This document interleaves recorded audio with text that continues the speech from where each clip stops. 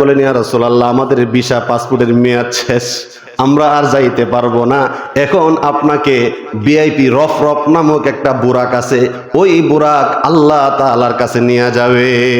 সুবহানাল্লাহ, সুবহানাল্লাহ। আল্লাহ সুবহানাহু ওয়া তাআলা যখন জিবরাইল আলাইহিস সালাম সিদরাতুল মুনতাহা পৌঁছে গেলেন, আল্লাহ সুবহানাহু ওয়া তাআলা রফরফ নামক ওই বুরাকটা, স্পেশাল বুরাকটা আমার নবীর জন্য পাঠাইলেন। আমার নবীকে ওই সিদরাতুল মুনতাহা থেকে আমার নবীকে নিয়ে গেলেন লাওহা, লাওহা থেকে নিয়ে গেলেন কলম, কলম থেকে আমার নবীকে নিয়ে গেলেন ৭০,০০০ আগুনের পর্দা পার হইয়া, এরপর হইলেন ৭০,০০০ নূরের পর্দা পার হওয়া, এরপরে হইলেন লা মাকান পার হইলেন, লা জামান পার হইলেন, এরপরে আমার আল্লাহর বাড়ি আরশে আলম। আল্লাহু আকবার।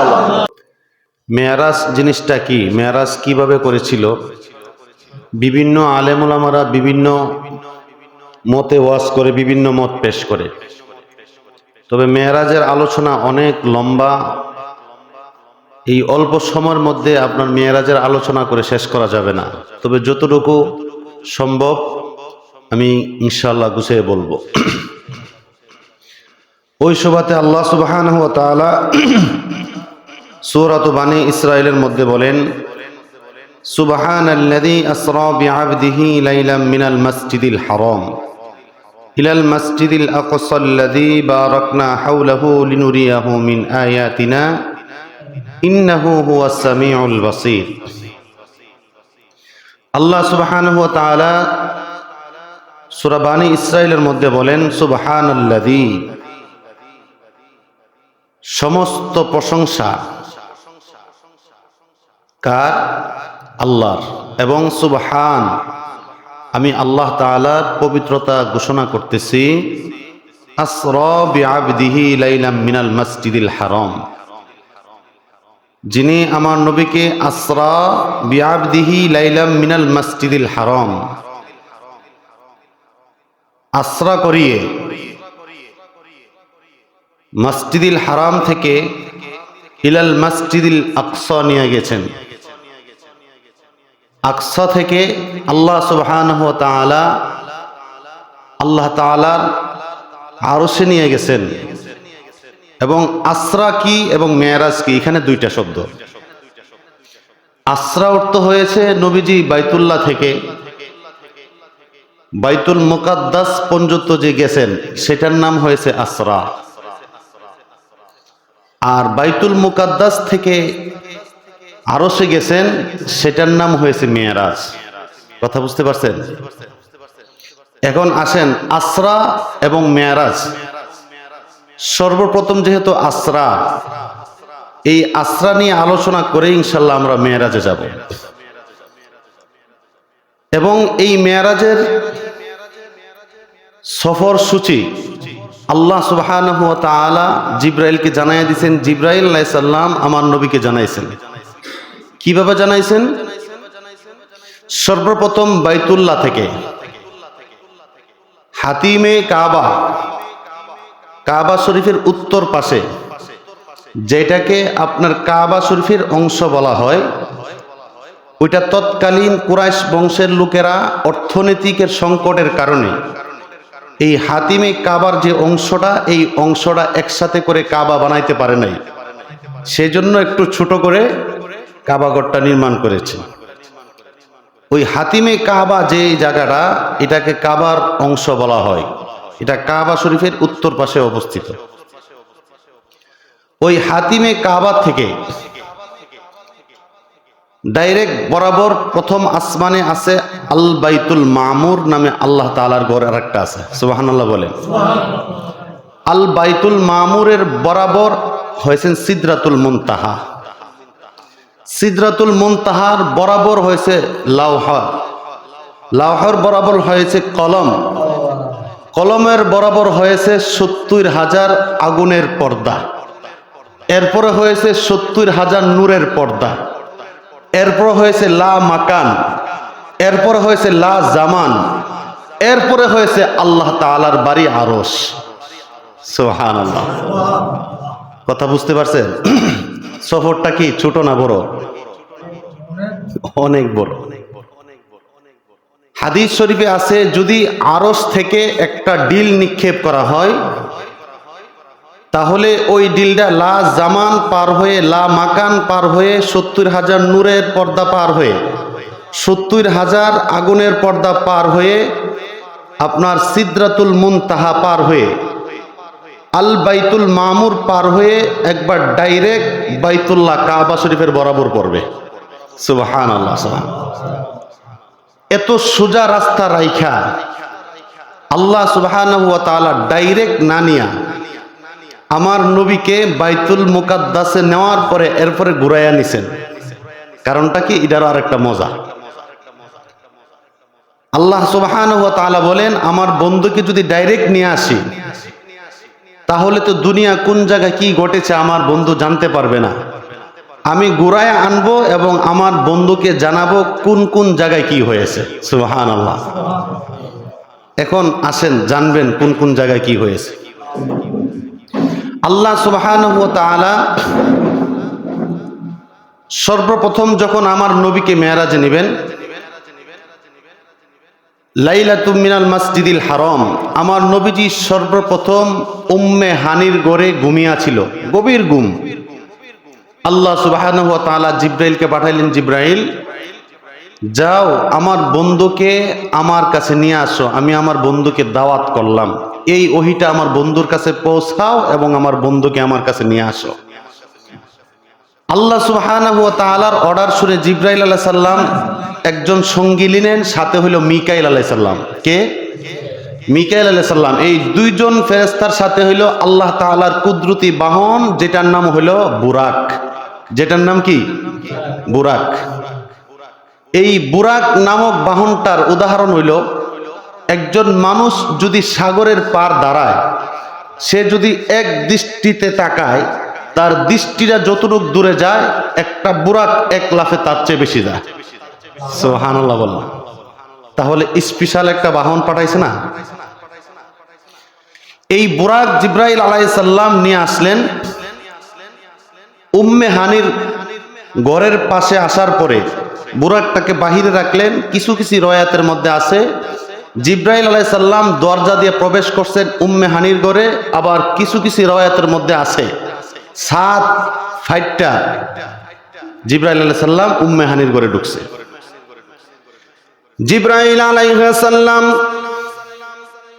উম্মে হানির ঘরে প্রবেশ করার পরে দেখেন আমার নবীজি অনেক গভীর ঘুমে আছে, দুনিয়ার কারো সাহস নাই আমার নবীজির ঘুম ভাঙানোর মতো। জিব্রাইল আলাইহিস সালাম চিন্তায় পড়ে গেলেন কিভাবে ঘুম ভাঙানো যায়। জিব্রাইল আলাইহিস সালাম ওনার জিহ্বাটা বাহির করে আমার নবীজির পাও মুবারকের তলা মুবারকের মধ্যে জিহ্বা দিয়া চাটনি দিলেন। সুবহানাল্লাহ। নবীজির ঘুম ভেঙে গেল।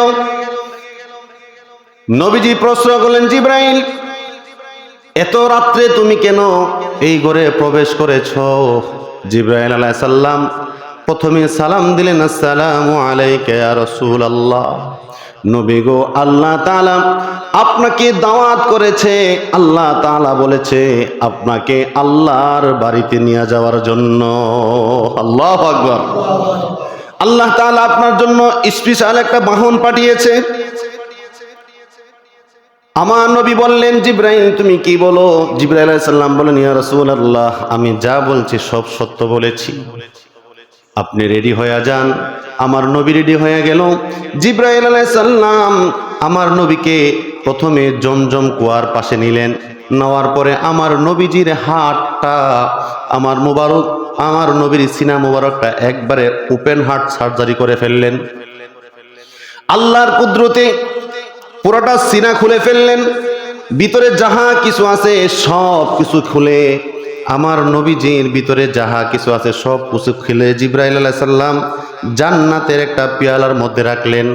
সব আমার নবীজির সব কিছু দৌত করার পরে জমজমের পানি দিয়ে দৌত করলেন, একবারে পরিষ্কার করে গলিজন কলবি সফট নরম করে আমার নবীজির সিনা মুবারকে আবার জিব্রাইল আলাইহিস সালাম ফিট করে দিলেন। সুবহানাল্লাহ। নবীজির সিনা চাক হয়েছে 4 বার। কয়বার? 4 বার। নবীজি যখন হালিমাতুস সাদিয়ার ঘরে ছিলেন তখন 1 বার হয়েছে। নবীজি যখন 10 বছর তখন 1 বার হয়েছে। নবীজি নবুয়ত পাওয়ার আগ মুহূর্তে 1 বার হয়েছে, আর মেরাজে যাওয়ার আগ মুহূর্তে 1 বার হয়েছে। কয়বার হইল? 4 বার। কয়বার হয়েছে? 4 বার। জিবরাইল আলাইহিস সালাম আমার নবীকে বললেন, ইয়া রাসূলুল্লাহ, এখন আপনি ওই বুরাক নামক বাহনটার মধ্যে উঠেন। আমার নবীজি বুরাক নামক বাহনটার মধ্যে উঠলেন। বুরাক দৌড়তেছে। হঠাৎ করে জিবরাইল আলাইহিস সালাম বুরাককে ইশারা দিলেন, বুরাক রে, এখানে তুমি থেমে যাও। একটা খেজুরের বাগানের মধ্যে বুরাকটা থেমে গেল। জিবরাইল আলাইহিস সালাম আমার নবীকে বললেন, হে নবী, আপনি বুরাক থেকে নামেন, এই জায়গাটার মধ্যে 2 রাকাত নামাজ পড়েন। আমার নবী বললেন, জিবরাইল, এই কথা কি তুমি বলতেছো নাকি আল্লাহর অর্ডার?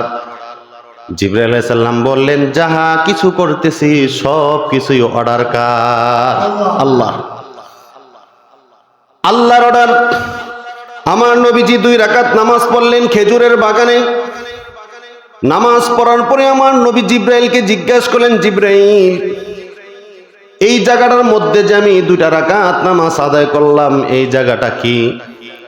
জিবরাইল আলাইহিস সালাম বললেন, এই জায়গাটার নাম হয়েছে ইয়াসরিফ। কি? ইয়াসরিফ। এই জায়গাটার নাম হয়েছে ইয়াসরিফ। ইয়া রাসূলুল্লাহ, আপনি যখন মক্কা থেকে ইয়াসরিফ নামক আপনি সফর করবেন আল্লাহর নির্দেশে, মক্কা থেকে যখন আপনি মদিনা যাবেন, ওই জায়গার নাম ছিল ইয়াসরিফ। আপনি সফর করার পরে আমার আল্লাহ এই জায়গাটার নাম করে দিবে মদিনাতুর রসুল অথবা মদিনাতুল মুনাওয়ারা। আল্লাহু আকবার। আর একটু পরে বুরাকে উঠলেন। বুরাক দৌড়তেছে। আমার নবী বললেন, জিবরাইল, আমি জান্নাতের ঘ্রাণ পাচ্ছি। জিবরাইল আলাইহিস সালাম বলেন, এখন তো দুনিয়াতেই রইছি, জান্নাতের ঘ্রাণ আপনি কিভাবে পান? জান্নাতের ঘ্রাণ কিভাবে পান? আমার নবী বললেন, জিবরাইল রে, আমি যা বলি সত্য বলি, আমি কখনো মিথ্যা বলি নাই। এমনি আমার আল্লাহ জিবরাইল আলাইহিস সালামের কাছে ওহী পাঠাইলেন।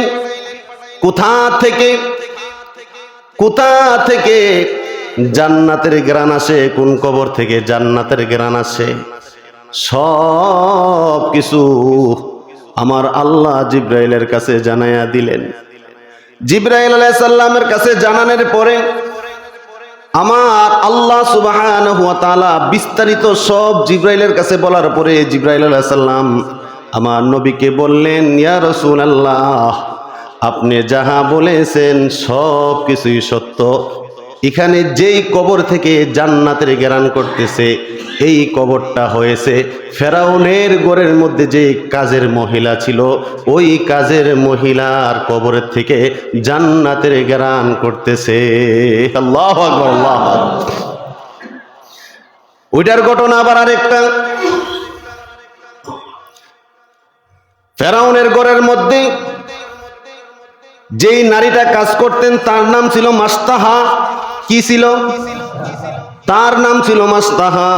তার 2টা কন্যা সন্তান ছিল। একটা কন্যা সন্তান কুলে, আর একটা কন্যা সন্তানের বয়স ছিল 7 বছর। এই মান্তা নামক কাজের মেয়ে ফেরাউনের মেয়ের চুল আশ্রয় দিতেছে। হঠাৎ করে হাতের থেকে চিরুনিটা পড়ে গেল। মান্তাহা বললেন, আল্লাহ, চিরুনিটা হাতের থেকে পড়ে গেল। আল্লাহকে ডাক দিয়া চিরুনিটা হাতে উঠাইয়া নিলেন। ফেরাউনের মেয়ে বলতেছে, মান্তাহা, মাস্তাহা, তুমি কোন আল্লাহকে তুমি ডাকিছো? আমার বাবাকে ডাকছো নাকি? না, আমি তোমার বাবাকে ডাকি নাই, আমি ডাকিছি যে আল্লাহ আমাকে, তোমাকে, তোমার বাবাকে সৃষ্টি করেছে, ওই আল্লাহর নামটা আমি ডেকেছি। আল্লাহু আকবার। ঈমান কেমন মজবুত! এই কথা শুনে সাথে সাথে ফেরাউনের মেয়ে রাগান্বিত হয়ে ফেরাউনের কাছে খবর পৌঁছাইলেন। বাবা, আমার ঘরে যে কাজের মহিলা আছে সে তো আপনাকে আনুগত্য করে না, সে তো আরেক আল্লাহর পূজা করে, তার নাকি আরেকটা আল্লাহ আছে। তখন ফেরাউন এই কথা শুনে রাগান্বিত হয়ে বলতেছে, তাকে আমার সামনে নিয়ে আসো। মাস্তাহাকে ফেরাউনের সামনে নিয়ে যাওয়ার পরে ফেরাউন বলতেছে, তুমি কি আমাকে আল্লাহ মানো না? কোনা, আমি আপনাকে আল্লাহ মানি না। ইমানের কেমন পাওয়ার দেখেন, আমি আপনাকে আল্লাহ মানি না, আমি একমাত্র আল্লাহ মানি যিনি আমাকে সৃষ্টি করেছেন, আপনাকে সৃষ্টি করেছেন, আসমান জমিন লৌহ কলম সব কিছু সৃষ্টি করেছেন। তখন ফেরাউন রাগান্বিত হয়ে তার দল বলে লোকেরা বলতেছে, কাজ করো, তাদের দেহ থেকে 2 জন মেয়ে এবং মা 3 জনের দেহ থেকে মাথাটা আলাদা করে ফেলো।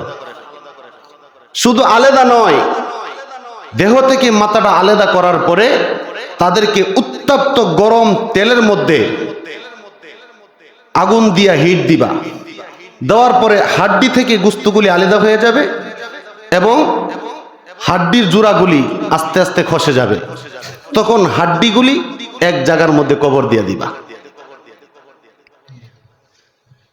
ফেরাউন এই আদেশ দেওয়ার পরে জল্লাদ রেডি হয়ে গেলেন। ওই মুস্তাহা নামক কাজের মহিলাকে প্রথমে ধরলেন, 2 জন মেয়ে মাকে আটকাইলেন, মোট 3 জন। সর্বপ্রথম যেই বড় মেয়েটা, তার কাপড়গুলি খুলে তার শরীরের মধ্যে 3টা রড ডাবায়া দিলেন যাতে নড়াচড়া না করতে পারে। 3টা রড ডাবানোর পরে ছুরি দিয়া এমন জোরে আঘাত করলেন, দেহ থেকে মাথাটা আলাদা হয়ে গেলেন। তারপরে ওই বাচ্চাটাকে গরম উত্তপ্ত তেলের মধ্যে ফালাইয়া দিলেন। মার সামনে মা কিছুই বলতে পারে না, চোখের পানি ছেড়ে ছেড়ে কান্না করে বড় মেয়েটাকে যখন তেলের মধ্যে ফালাইয়া দিল, তারপরে কুলে থেকে ছোট মেয়েটাকে টান দিয়ে আনলেন। মেয়েটা একটা হাত বাড়াইয়া কথা বলতে পারে না, মার দিকে তাকায়া তাকায়া ঠোঁট ভাঙে ভাঙে কান্না করতেছে। এমন ভাবে কান্না করতেছে, আল্লাহর কুদরতে আমার আল্লাহ ওই বাচ্চাটার জবান খুলে দিলেন। বাচ্চাটা মাকে ডাক দেয়া বললেন, মা, ও মা, তুমি কোনো চিন্তা করিও না, আমি দেখতে পাচ্ছি আমার বড় বোন জান্নাতের মধ্যে খেলাধুলা করতেছে। সুবহানাল্লাহ। মা, তুমি কোনো টেনশন করিও না, আমি আমার বোনের কাছে চলে যাচ্ছি। এই কথা বলার পরেই ওই ছোট বাচ্চাটাকে 3টা রড দাবাইয়া দিলেন, নড়াচড়া যাতে না করতে পারে। কল্লাটা আলাদা করে ফেললেন, তেলের মধ্যে দিয়ে দিলেন, উত্তপ্ত তেলের মধ্যে দিয়া দিলেন। হাড্ডি থেকে গোশতগুলি খসে যাচ্ছে। তারপরে আসলেন মাস্তাহা নামক কাজের মহিলার পালা। ওই মহিলাকে পুরা উলঙ্গ করে, নাউজুবিল্লাহ বলেন, পুরা উলঙ্গ করে তার শরীরের মধ্যে এক এক করে 5টা রড ডাবাইয়া দিলেন যাতে নড়াচড়া না করতে পারে। ওই ফেরাউনের জল্লাদ বলতেছে, এখনো সময় আছে, তুমি বলো ফেরাউনকে আল্লাহ মানো। মুস্তাহা বলে, আমি মুস্তাহা যদি আরো 4 বারও খতম হয়ে যায়, কোনোদিন ফেরাউনকে আমি আল্লাহ মানব না। আল্লাহু আকবার, আল্লাহু আকবার। দেহ থেকে গলাটা আলাদা করার আগ মুহূর্তে মুস্তাহা বলতেছেন, আমি তোমাদেরকে একটা ওসিয়ত করে যাই। সেই ওসিয়তটা হলো, আমাদেরকে যখন তোমরা তেলের মধ্যে নাড়াচাড়া করবা, গরম তেলে গোশতগুলি আলাদা হয়ে যাবে, হাড়গুলি জয়েন খুলে যাবে, আমার মেয়েদের এবং আমার হাড়গুলি একসাথে হয়ে যাবে। ওই হাড়গুলি একটা জায়গার মধ্যে তোমরা দাফন করিয়া দিও, কবর দিয়া দিও। জিবরাইল আলাইহিস সালাম বলেন, ইয়া রাসূলুল্লাহ, যে জান্নাতের গ্যারান্টা পাইতেছেন, এই জান্নাতের গ্যারান্টা হইল ওই মুস্তাহার কবর থেকে। সুবহানাল্লাহ, সুবহানাল্লাহ, সুবহানাল্লাহ। আমার নবীজি বুরাকে উঠে যাইতেছেন, ঘটনা মনে আসেনি? বুরাকে উঠে যাইতে যাইতে যাইতে যাইতে জিবরাইল আলাইহিস সালাম বুরাককে বললেন, বুরাক তুমি থামো। একটা পাহাড়ের উপরে উঠলেন, বুরাককে বললেন, বুরাক তুমি থামো। বুরাক থামার পরে আমার নবীকে জিবরাইল বললেন, ইয়া রাসূলুল্লাহ, এখানে 2টা রাকাত নামাজ পড়েন। নবী 2 রাকাত নামাজ পড়লেন। পড়ার পরে জিবরাইলকে জিজ্ঞাসা করলেন, জিবরাইল রে, এই জায়গাটা, এই পাহাড়টা কোন পাহাড়? জিবরাইল আলাইহিস সালাম বলেন তুরে সাইনা। এই পাহাড়টা হয়েছে যেই পাহাড়ের মধ্যে দাঁড়াইয়া আমার আল্লাহর সাথে মূসা আলাইহিস সালাম কথা বলতেন। সুবহানাল্লাহ, সুবহানাল্লাহ। এরপরে বুরাকে আবার সওয়ার হলেন। বুরাক যাইতে যাইতে যাইতে যাইতে যাইতে যাইতে হঠাৎ করে জিবরাইল আলাইহিস সালাম বুরাককে বললেন, বুরাক তুমি থামো। বুরাক থামার পরে আমার নবী কি জিবরাইল বললেন, ইয়া রাসূলুল্লাহ এই জায়গাটার মধ্যে 2 রাকাত নামাজ পড়েন। আমার নবীজি 2 রাকাত নামাজ পড়ার পরে জিজ্ঞাসা করলেন, জিবরাইল রে এই জায়গাটা কি এবং এই বাড়িটা কার? আমার নবী এই প্রশ্ন করার পরে এই প্রশ্নের উত্তর জিবরাইল আলাইহিস সালাম দিলেন। এই বাড়িটা হয়েছে, এই জায়গাটার নাম হয়েছে বাইতুল লাহাম। এই জায়গার মধ্যে আমার আল্লাহ বাবা ছাড়া মারিয়ামের ঘরে হযরত ঈসা আলাইহিস সালামকে দুনিয়াতে পাঠাইলেন। সুবহানাল্লাহ, সুবহানাল্লাহ। ঈসা আলাইহিস সালামকে পাঠাইলেন, এটা তো আরেক ঘটনা। তারপর আমি একটু বলে যাই, সবগুলা বলা তো সম্ভব নয়, সময় অল্প। এখনো কিন্তু আসরার মধ্যে রয়েছি, মেরাজে কিন্তু এখনো যাওয়া হয় নাই। আসরা এখনো আসরার মধ্যে আছে। মারিয়ামের ঘরে বাবা সারা সন্তান দিছিল হযরত ঈসা আলাইহিস সালামকে। আল্লাহ সুবহানাহু ওয়া তাআলা ঈসা আলাইহিস সালামকে বাবা সারা সন্তান দুনিয়াতে দিয়েছিল। কাফের বেঈমানেরা বলে ঈসা নাকি আল্লাহর ছেলে। নাউজুবিল্লাহ কোন। আল্লাহর কি ছেলে মেয়ে আসেনি? লাম ইয়ালিদ ওয়া লাম ইউলাদ। আল্লাহ কাউকে জন্ম দেন নাই, জন্ম নেন নাই। জিবরাইল আলাইহিস সালাম বলেন, ইয়া রাসূলুল্লাহ এই জায়গাটার নাম হয়েছে বাইতুল লাহাম। এই জায়গার মধ্যে বাবা ছাড়া আল্লাহ তাআলা ঈসা আলাইহিস সালামকে এই দুনিয়াতে পাঠাইলেন। কিভাবে পাঠাইলেন?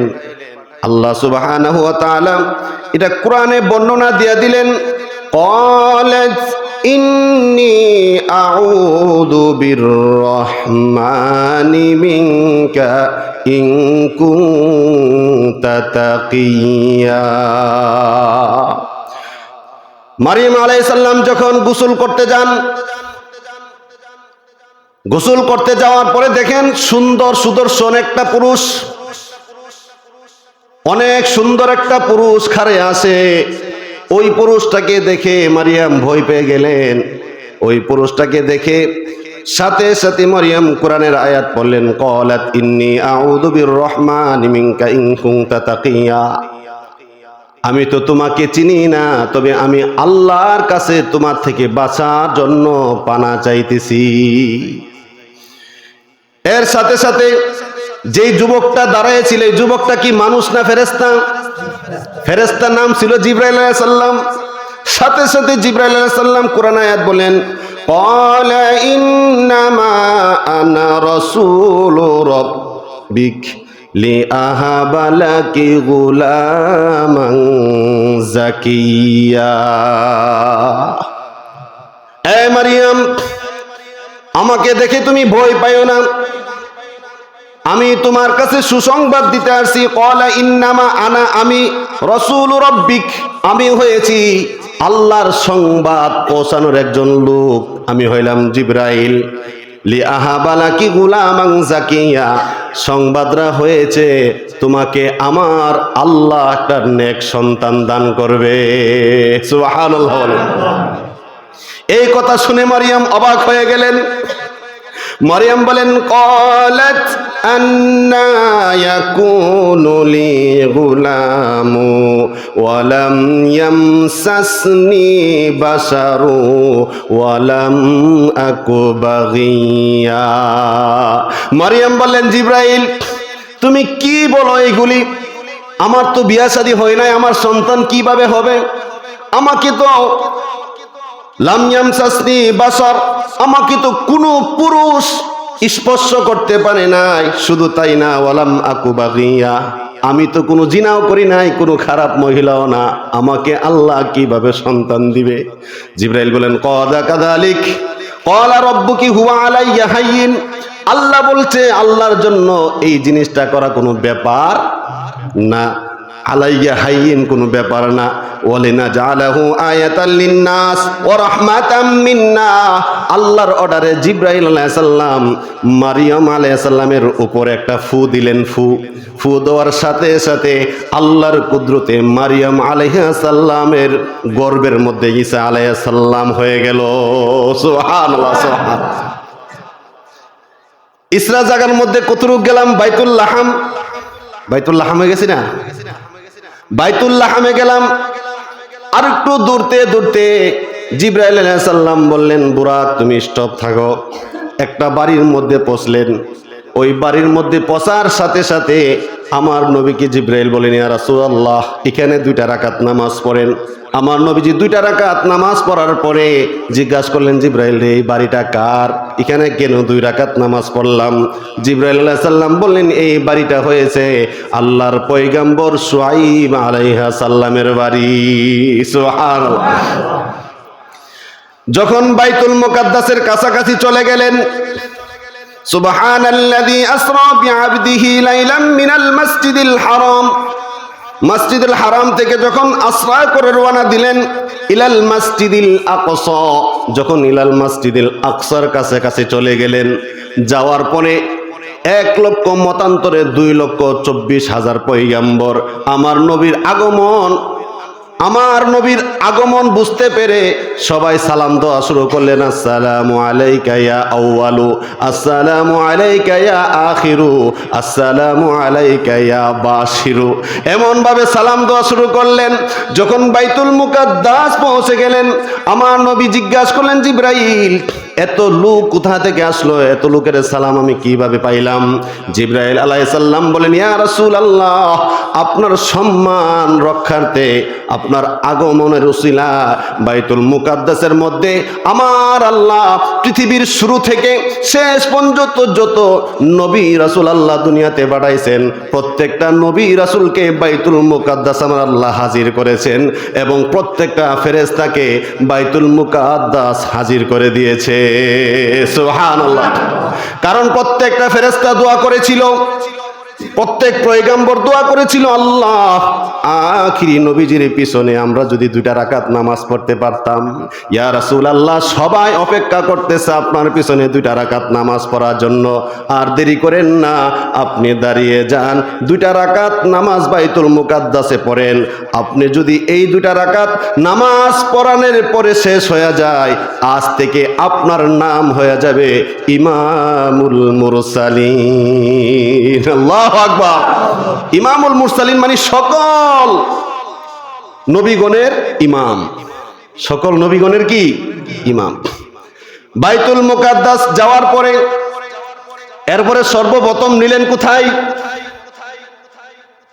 বাইতুল মুকাদ্দাসের পরে নিলেন বাইতুল মামুর নামক একটা জায়গা আছে, আসমানে আল্লাহ তাআলার ঘর আছে। ওই বাইতুল মামুর জায়গা থেকে নেওয়ার পরে সিদরাতুল মুনতাহা যাওয়ার পরে জিবরাইল আলাইহিস সালাম, মিকাইল আলাইহিস সালাম আমার নবীকে ডাক দিয়ে বলেন, ইয়া রাসূলুল্লাহ, আমাদের ভিসা পাসপোর্টের মেয়াদ শেষ, আমরা আর যাইতে পারবো না। এখন আপনাকে ভিআইপি রফরফ নামক একটা বুরাক আছে, ওই বুরাক আল্লাহ তাআলার কাছে নিয়ে যাবে। সুবহানাল্লাহ, সুবহানাল্লাহ। আল্লাহ সুবহানাহু ওয়া তাআলা যখন জিবরাইল আলাইহিস সালাম সিদরাতুল মুনতাহা পৌঁছে গেলেন, আল্লাহ সুবহানাহু ওয়া তাআলা রফরফ নামক ওই বুরাকটা, স্পেশাল বুরাকটা আমার নবীর জন্য পাঠাইলেন। আমার নবীকে ওই সিদরাতুল মুনতাহা থেকে আমার নবীকে নিয়ে গেলেন লৌহা থেকে নিয়ে গেলেন কলম থেকে আমার নবীকে নিয়ে গেলেন 70,000 আগুনের পর্দা পার হইয়া, এরপর হইলেন 70,000 নূরের পর্দা পার হওয়া, এরপরে হইলেন লা মাকান পার হইলেন, লা জামান পার হইলেন, এরপরে আমার আল্লাহর বাড়ি আরশে আলম। আল্লাহু আকবার। এত বড় সফর করার পরেও আল্লাহ সুবহানাহু ওয়া তাআলার কাছে আমার নবীজি আমাদের কথা বলতে ভুলেন নাই। আমার নবীজি চোখের পানি ছেড়ে ছেড়ে কান্না করে। আল্লাহ তাআলা জিজ্ঞাসা করলেন, ইয়া রাসূলুল্লাহ, আপনি কেন কান্না করেন? আমার নবী বললেন, আমি সেই জন্যই কান্না করি, আল্লাহ গো, আপনি তো আমাকে এত উপরে আনছেন, আপনার সাথে দেখা সাক্ষাৎ কথা বলতেছি, আমার উম্মত তো কোনোদিন আপনার সাথে মেরাজ করতে পারবে না, সাক্ষাৎ করতে পারবে না। আমার আল্লাহ বলেন, হাবিব, ও হাবিব, আপনি কান্না করিয়েন না, আপনাকে তো উপরে আইনা আমি আল্লাহ মেরাজ করেছি, আপনার উম্মতের জন্য আমি আল্লাহ মেরাজটাকে আরো সহজ করে দিয়েছি। আপনার উম্মতেরা যখন সেজদায় পড়ে যাবে, আমি আল্লাহ নিজে যাইয়া ওই বান্দার সাথে মেরাজ করব। সুবহানাল্লাহ, সুবহানাল্লাহ। আমার নবীর নাম ছিল হাবিবুল্লাহ, আর ইব্রাহিম আলাইহিস সালাম নাম ছিল খলিলুল্লাহ। খলিলুল্লাহ অর্থ বন্ধু, কাছের মানুষ। হাবিবুল্লাহ অর্থ বন্ধু, কাছের মানুষ। তবে দুইটার মধ্যে পার্থক্য আছে না নাই? খলিলুল্লাহ কাকে বলে, হাবিবুল্লাহ কাকে বলে একটু বুঝে নেন। খলিলুল্লাহ বলে যিনি নাকি সব সময় আল্লাহকে পাগল করার জন্য, আল্লাহকে খুশি করার জন্য, আল্লাহকে সন্তুষ্টি করার জন্য নিজে ইবাদত বন্দিগি করে, আল্লাহকে খুশি করার জন্য সব সময় পাগল থাকে, তাকে বলা হয় খলিলুল্লাহ। আর হাবিবুল্লাহ বলা হয় যে আল্লাহ নিজে নবীকে খুশি করার জন্য ব্যস্ত থাকে, তাকেই বলা হয় হাবিবুল্লাহ। সুবহানাল্লাহ, সুবহানাল্লাহ। বুঝছেন হাবিবুল্লাহ কাকে বলে, খলিলুল্লাহ কাকে বলে? অর্থ কিন্তু একই, বন্ধু, কাছের বন্ধু। একজন হয়েছে আল্লাহ নিজে ডাইরেক্ট আমার নবীকে খুশি করার জন্য ব্যস্ত থাকে, সেই জন্য নবীর নাম হয়েছে হাবিবুল্লাহ। আর ইব্রাহিম আলাইহিস সালাম আল্লাহকে খুশি করার জন্য ব্যস্ত থাকে, সেই জন্য ইব্রাহিম আলাইহিস সালামের নাম হয়েছে খলিলুল্লাহ।